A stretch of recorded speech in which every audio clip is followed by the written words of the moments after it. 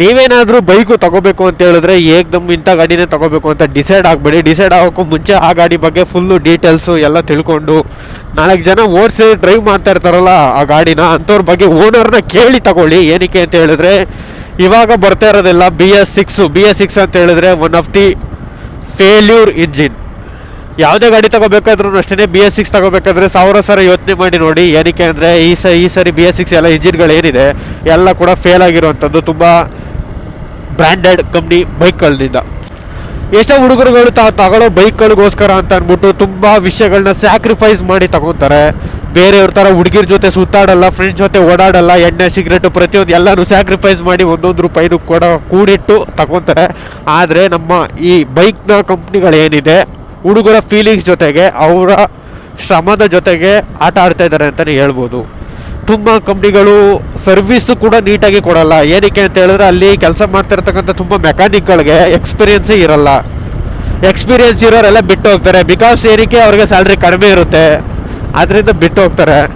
ಈ ಹೊಸಬ್ರು ಪಾಪ ಏನು ಗೊತ್ತಿರಲ್ಲ, ತುಂಬ ಚೈನ್ ಗೀಡು ಕ್ಲೀನ್ ಮಾಡಿ ಅದು ಇದು ಕ್ಲೀನ್ ಮಾಡಿ ಆಯಿಲ್ ಚೇಂಜ್ ಮಾಡಿ ಕಳಿಸ್ತಾರೆ. ನಿಮ್ಮ ಪ್ರಾಬ್ಲಮ್ಮು ನೀವೇನು ಹೇಳಿರ್ತೀರ ಅದು ಸಾಲ್ವ್ ಆಗಲ್ಲ, ಮತ್ತು ನಿಮಗೆ ವಾಪಸ್ ಬರುತ್ತೆ. ನೀವು ಅದನ್ನು ಏನು ಮಾಡೋಕ್ಕಾಗಲ್ಲ, ವಾಪಸ್ಸು ನೀವೇ ಅದನ್ನು ಗ್ಯಾರೇಜಿಗೆ ತೊಗೊಂಡೋಗಿ ರಿಪೇರಿ ಮಾಡಿಸ್ಬೇಕು. ಮನ್ಸಿರಲ್ಲ ಗ್ಯಾರೇಜಿಗೆ ಬಿಡೋಕ್ಕೆ ಕೆಲವರಿಗೆ, ಆದರೆ ಏನು ಮಾಡೋಕ್ಕಾಗಲ್ಲ, ಬಿಟ್ಟೇ ಬಿಡ್ತಾರೆ. ಆದರೆ ನೀವೇನಾದರೂ ಬೇರೆ ಬೈಕ್ಗಳ ಸುದ್ದಿ ನನಗೆ ಬೇಡ, ನೀವೇನಾದರೂ ಎಕ್ಸ್ಪಲ್ಸ್ 4V Pro ತಗೋಬೇಕು ಅಂದ್ಕೊಂಡಿದ್ದೀರಾ, ಇದೊಂದು one of the best of road bike ಅಂತ ಎಲ್ಲ ಹೇಳ್ತಾರೆ. ದಯವಿಟ್ಟು ಯಾರು ನಂಬಕ್ಕೆ ಹೋಗಬೇಡಿ. ಹುಡುಗಿರನ್ನ ನೀವು ಮದುವೆ ಆಗಬೇಕು ಅಥವಾ ಲವ್ ಮಾಡಬೇಕು ಅಂದರೆ ಫಸ್ಟು ಏನು ನೋಡ್ತೀರಾ? ಮನಸ್ಸು ನೋಡ್ತೀರಾ. ಬೈಕ್ಗಳನ್ನ ತಗೋಬೇಕು ಅಂದರೆ ಫಸ್ಟು ನೀವೇನು ನೋಡ್ತೀರಾ? ಇಂಜಿನ್ ನೋಡ್ತೀರಾ. ಹುಡುಗಿರಿಗೆ ಮನಸ್ಸು ಸರಿ ಇಲ್ಲ ಅಂತ ಹೇಳಿದ್ರೆ ನೀವು ಮದುವೆ ಆಗಿ ಅಥವಾ ಲವ್ ಮಾಡಿ ವೇಸ್ಟು. ಗಾಡಿಗಳಿಗೆ ನೀವು ಯಾವುದೇ ಗಾಡಿ ತಗೊಂಡು 1 ಲಕ್ಷ ರೂಪಾಯಿಂದ ಹಿಡಿದು ನೀವು 10 ಲಕ್ಷ ಗಂಟೆ ಬೈಕ್ ತಗೊಂಡ್ರು ಕೂಡ ಇಂಜಿನು ಸರಿ ಇಲ್ಲ ಅಂತ ಹೇಳಿದ್ರೆ ಆ ಗಾಡಿ ವೇಸ್ಟು, ನಿಮ್ಮ ಹಣನೂ ವೇಸ್ಟು. ಅಂಥದ್ದೊಂದು ಸ್ಟೋರಿ ಹೇಳ್ತೀನಿ ಕೇಳಿ. ಹೀರೋ ಎಕ್ಸ್ಪಲ್ಸ್ 4V ಬೈಕ್ ಪ್ರೋದು ಕೂಡ ಅಷ್ಟೇ, 4Vದು ಕೂಡ ಅಷ್ಟೇ one of the waste and failure engine failure ಆಗಿರುವಂತಹ ಒಂದು ಬೈಕ್ ಅಂತಲೇ ಹೇಳ್ಬೋದು. ನೀವೇನಾದರೂ ಗಾಡಿ ತಗೋತೀರ ಅಂತ ಹೇಳ್ಕೊಳ್ಳಿ, 4V ಪ್ರೋನಾರು ತಗೊಳ್ಳಿ, 4Vನಾರು ತಗೊಳ್ಳಿ, ಎರಡಕ್ಕೂ ಏನು ಡಿಫ್ರೆನ್ಸ್ ಅಂದರೆ ಹೈಟ್ ಡಿಫ್ರೆನ್ಸ್ ಇರುತ್ತೆ. ಅದರ ಆಫ್ ರೋಡ್ ಸಸ್ಪೆನ್ಷನ್ ಹೈಟ್ ಪ್ರೋದಲ್ಲಿ ಜಾಸ್ತಿ ಇರುತ್ತೆ, ಅದರಲ್ಲಿ ಕಡಿಮೆ ಇರುತ್ತೆ ಅಷ್ಟೇ. ನೀವೇನಾದರೂ 4V Pro ಏನಾದ್ರು ತಗೊಂಡಿದೆ ಅಂತ ಹೇಳಿದ್ರೆ ನಾನು ನನ್ನ ಎಕ್ಸ್ಪೀರಿಯನ್ಸಲ್ಲಿ ಹೇಳ್ತಾ ಇದ್ದೀನಿ. ನಾನು ತಗೊಂಡು ಹತ್ತತ್ರ 1 ವರ್ಷದ ಮೇಲೆ 3 ತಿಂಗಳು ಕಂಪ್ಲೀಟ್ ಆಗಿದೆ ಅಷ್ಟೇ. 1 ವರ್ಷದ ಮೇಲೆ 3 ತಿಂಗಳು ಕಂಪ್ಲೀಟ್ ಆಗಿ 4ನೇ ತಿಂಗಳು ನಡೀತಾ ಇದೆ. ಎಷ್ಟು ಓಡಿಸಿದ್ದೀನಿ ಅಂತ ನೋಡಿದ್ರೆ ನೋಡಿ 19,756 ಓಡಿಸಿದ್ದೀನಿ. ಹಬ್ಬಬ್ಬಾಯಿ ಅಂದರೆ ಈ ಗಾಡಿಗೆ ನಾನು ಸರ್ವಿಸಿಂದ ಹಿಡಿದು ಇದರಲ್ಲಿಂದ ಬರ್ತಾ ಇರುವಂತಹ ಪ್ರಾಬ್ಲಮ್ಗಳಿಗೆಲ್ಲ ನಾನು ಸುಮಾರು ಒಂದು 70,000 ರಿಂದ 80,000 ರೂಪಾಯಿ ಖರ್ಚು ಮಾಡಿದ್ದೀನಿ. ನೀವು ಖರ್ಚು ನನಗಂತೂ ಈ ಜೀವನವೇ ಬೇಸರವಾಗಿ ಹೋಗ್ಬಿಟ್ಟಿದೆ. ನೀವು ಖರ್ಚು ಮಾಡಿರೋ ಬೈಕಿ ಆ ದುಡ್ಡಿಗೆ ನೀವು ಏನಾದರೂ ನಾನು ಖರ್ಚು ಮಾಡಿರೋ ದುಡ್ಡಿಗೆ ಒಂದು ಮೈಲೇಜ್ ಕೊಡುವಂಥ ಹೊಸದು ಯಾವುದಾದ್ರೂ ಸರಿ 100cc ಯಾವುದಾದ್ರೂ ಒಂದು ಒಳ್ಳೆ ಬೈಕೆ ತಗೋಬೋದಿತ್ತು. ವಿತ್ ಶೋರೂಮ್ ಆನ್ ಕ್ಯಾಶ್ ತಗೋಬೋದಿತ್ತು. ಅಷ್ಟು ಖರ್ಚು ಮಾಡಿದ್ದೀನಿ ಅಂತ ಅಂದ್ಕೊಳ್ಳಿ. ಪ್ರತಿ ಸರಿ ಸರ್ವಿಸ್ ಮಾಡಿಸ್ದಾಗಲೂ ಕೂಡ ನೀವು ಇಂಜಿನ್ ಬಿಚ್ಚಬೇಕಾಗುತ್ತೆ. ಈ ಗಾಡಿ ತಗೊಳ್ಳೋಕ್ಕೂ ಮುಂಚೆ 1000 ಸರಿ ಯೋಚನೆ ಮಾಡಿ. ಈ ವಿಡಿಯೋನ ಆದಷ್ಟು ಈ ಬೈಕ್ನ ಯಾರ್ಯಾರು ತಗೋತೀನಿ ಅಂತ ಅಂತಾರೆ ಅಥವಾ ಬೈಕ್ ಕ್ರೇಜ್ ಯಾರಿಗಿರುತ್ತೆ ಅವ್ರಿಗೆ ಶೇರ್ ಮಾಡಿ.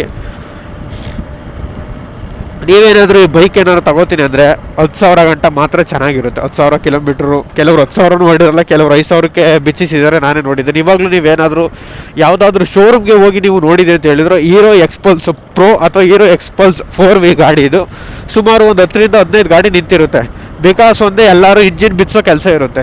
ಏನಕ್ಕೆ ಇಂಜಿನ್ ಬಿಚ್ಚಿಸ್ತಾ ಇದ್ದಾರೆ, ಏನು ಪ್ರಾಬ್ಲಮ್ ಆಗಿದೆ ತುಂಬ ಜನಗಳಿಗೆ ಗೊತ್ತಿಲ್ಲ. ಏನೋ ಈ ಎಲ್ಲರೂ ಹೇಳಿದೆ ಎಕ್ಸ್ಪಲ್ಸ್ ಹೀರೋ ಮತ್ತು ಮೈಲೇಜ್ ಕೊಡ್ತಾ ಇದೆ, ಕಿಕ್ಕರ್ ಕೊಟ್ಟಿದ್ದಾರೆ, ಆಫ್ ರೋಡ್ ಬೈಕು, ಹಿಮಾಲಯನ್ಗಿಂತ ಕಡಿಮೆ ಪ್ರೈಸ್ಗೆ ಸೇಮ್ ವರ್ಷನ್ ಇರುವಂಥ ಬೈಕ್ನ ಕೊಟ್ಬಿಡ್ತಾ ಇದ್ದಾರೆ ಹೀರೋದವರು ನಿಮಗೆಲ್ಲ ಟೋಪಿ ಆಗ್ತಾ ಇದ್ದಾರೆ.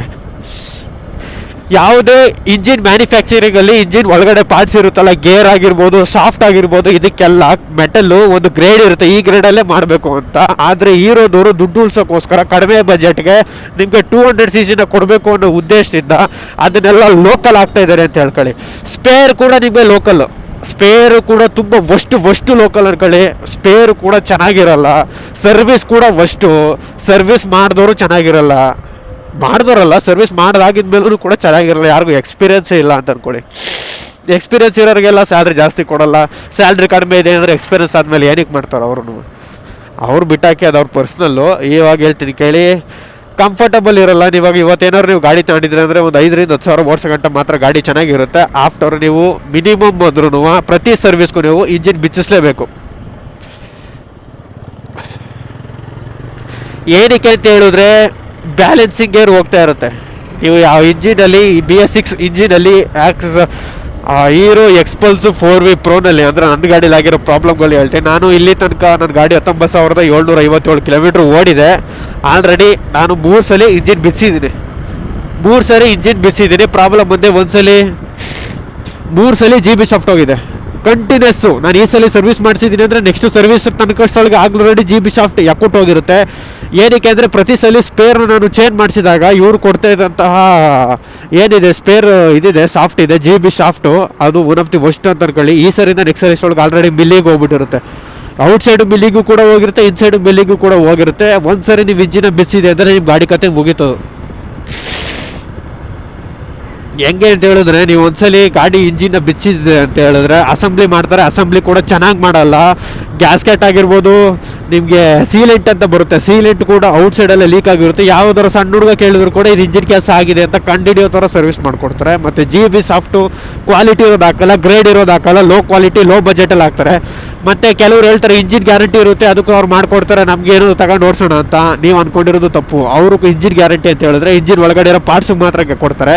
ನೀವು ಪ್ರತಿ ಸರಿ ಇಂಜಿನ್ ಬಿಚ್ಚಿಸ್ತೀನಿ ಅಂತ ಹೇಳಿದ್ರೆ ಒಂದ್ಸಲಿ ಇಂಜಿನ್ ಬಿಚ್ಚಿದ್ರೆ ನಿಮಗೆ 4,000 ರಿಂದ 5,000 ರೂಪಾಯಿ ಖರ್ಚಾಗುತ್ತೆ.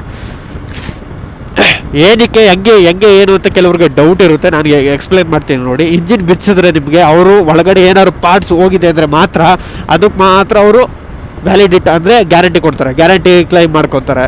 ಇಂಜಿನ್ 5 years ಗ್ಯಾರಂಟಿ ಅಂತ ಹೇಳ್ತಾರೆ, ಅದನ್ನು ಕ್ಲೈಮ್ ಮಾಡ್ಕೊತಾರೆ. ಅಂದರೆ GB ಶಾಫ್ಟ್ ಹೋಗಿದೆ ಅಂತ ಹೇಳಿದ್ರೆ GB ಶಾಫ್ಟ್ ಮಾತ್ರ ಕ್ಲೈಮ್ ಮಾಡ್ಕೊತಾರೆ. ಅಂದರೆ ಅವ್ರಿಗೆ 1,500 ಸಮಥಿಂಗ್ ಏನೋ ಇರುತ್ತೆ, ಅದು ಮಾತ್ರ ಅವ್ರು ಮಾಡಿಕೊಡ್ತಾರೆ. ಅದಾಗಿದ ಮೇಲೆ ಮಿಕ್ಕಿದ 5,000 ನಿಮಗೆ ಖರ್ಚಾಗುತ್ತೆ. ಹೆಂಗೆ ಅಂತ ಹೇಳಿದ್ರೆ ಒಂದ್ಸರಿ ಇಂಜಿನ್ ಬಿಚ್ಚಿದೆ ಅಂತ ಹೇಳಿದ್ರೆ ಗ್ಯಾಸ್ಕೆಟ್ಟು ಸೀಲು ಎಲ್ಲ ನೀವೇ ಕೊಡಬೇಕಾಗುತ್ತೆ. ಗ್ಯಾಸ್ಕೆಟ್ಟು ಸೀಲು ಮತ್ತು ಮ್ಯಾನ್ ಪವರ್ ಕಾಸ್ಟ್ ಅದನ್ನು ಬಿಚ್ಚಿ ರೆಡಿ ಮಾಡ್ತಾರಲ್ಲ ಅವ್ರಿಗೊಂದು 1,000 ಸೇರಿಸಿ ಬಿಲ್ ಮಾಡ್ತಾನೆ. ಮತ್ತು ಇಂಜಿನ್ ಬಿಚ್ಚಿದೆ ಅಂತ ಹೇಳಿದ್ರೆ ನೀವು ಪ್ರತಿ ಸರಿನೂ ಆಯಿಲ್ ಚೇಂಜ್ ಮಾಡಿಸ್ಲೇಬೇಕು. ಒಂದು ಸರಿ ಇಂಜಿನ್ ಬಿಚ್ಚಿದೆ ಅಂದರೆ ನೀವು ಹಳೆ ಎಲ್ಲ ಹಾಕ್ಸೋಕ್ಕೆ ಚಾನ್ಸೇ ಇಲ್ಲ, ಆಗೋದೇ ಇಲ್ಲ. ಏನಕ್ಕೆ ಅಂದರೆ ಇನ್ ಕೇಸ್ ಒಳಗಡೆ ಏನಾದರೂ GB ಶಾಫ್ಟ್ ಬಿಲ್ಲಿಗೆ ಹೋಗಿದೆ ಅಂತ ಹೇಳಿದ್ರೆ ಅದು ಪೌಡ್ರೆಲ್ಲಾಗಿ ಒಳಗಡೆ ಬಿದ್ದಿರುತ್ತೆ ಇಂಜಿನ್ ಒಳಗಡೆ. ನೀವು ಅದನ್ನು ಹಾಕ್ಸ್ಬಿಟ್ರೆ ಹೋಗುತ್ತೆ, ಇಂಜಿನ್ ಹೋಗ್ಬಿಡುತ್ತೆ. ನೀವು ಒಂದ್ಸಲ ಇಂಜಿನ್ ಬಿಚ್ಚಿದೆ ಅಂದರೆ ಆಯಿಲ್ ಕೂಡ ಚೇಂಜ್ ಮಾಡಲೇಬೇಕು. ಆಯಿಲು 1,800 ರೂಪಾಯಿ, 1,800 ಸಮಥಿಂಗ್ ವಿತ್ GST ಅಷ್ಟೆಲ್ಲ ಆಗುತ್ತೆ. ನೀವು ಹಬ್ಬ ಅಂದರೆ 4,500 ರಿಂದ 5,000 ರೂಪಾಯಿ. ಪ್ರತಿ ಸರಿ ನಾನು ಸರ್ವಿಸ್ ಚೇಂಜ್ ಮಾಡಿದಾಗ 6,000 ರೂಪಾಯಿ ಖರ್ಚಾಗ್ತಾಯಿದೆ. ನನಗೆ ರಾಯಲ್ ಎನ್ಫೀಲ್ಡ್ ತೊಗೋಬೇಕು ಅಂತ ಆಸೆ ಇದ್ದಿದ್ದು, ಬಟ್ ಏನಂದರೆ ಮೇಂಟೆನೆನ್ಸ್ ಕಾಸ್ಟ್ ಜಾಸ್ತಿ ಅಂತೇಳಿ ನಾನು ಇದು ತೊಗೊಂಡೆ. ಬಟ್ ಗಾಡಿ ಪರ್ಫಾರ್ಮೆನ್ಸ್ ಅಂತ ಹೇಳಿದ್ರೆ ಇಂಜಿನ್ ಒಂದು ಬಿಟ್ಟು ಬೇರೆದೆಲ್ಲ ಚೆನ್ನಾಗಿದೆ. ಹುಡುಗಿ ಮದುವೆ ಗಂಟೆಗೆ ಅದೇ ಇಲ್ಲ ಅಂದಂಗೆ ಇಂಜಿನೇ ಚೆನ್ನಾಗಿಲ್ಲ ಅಂದರೆ ಏನು ಮಾಡೋಕ್ಕಾಗುತ್ತೆ. ಇದುವರೆಗೂ 3 GB ಶಾಫ್ಟ್ ಚೇಂಜ್ ಮಾಡಿಸಿದ್ದೀನಿ. ಈಗ ನಾನು ಏನು ಓಡಿಸ್ತಾ ಇದ್ದೀನಿ ಅದು ಆಲ್ರೆಡಿ 3ನೇ GB ಶಾಫ್ಟು. ಮತ್ತು ಬ್ಯಾಲೆನ್ಸಿಂಗ್ ಗೇರ್ ಕೂಡ ಅವಾಗ ಹೋಗ್ತಾ ಇರುತ್ತೆ. ಅದು ಹೆಂಗೆ ಅಂತ ಹೇಳಿದ್ರೆ ಇವಾಗ ಆಯಿಲ್ ಚೇಂಜ್ ಮಾಡ್ಸೋದು ಹೆಂಗೆ ಕಂಪಲ್ಸರಿ, ಆ ಥರ ನೀವು ಈ ಗಾಡಿ ತಗೊಂಡಿದ್ಮೇಲೆ ಇಂಜಿನ್ ಬಿಚ್ಚಿಸ್ತಾ ಇರೋದು ಕಂಪಲ್ಸರಿ ಆಗುತ್ತೆ.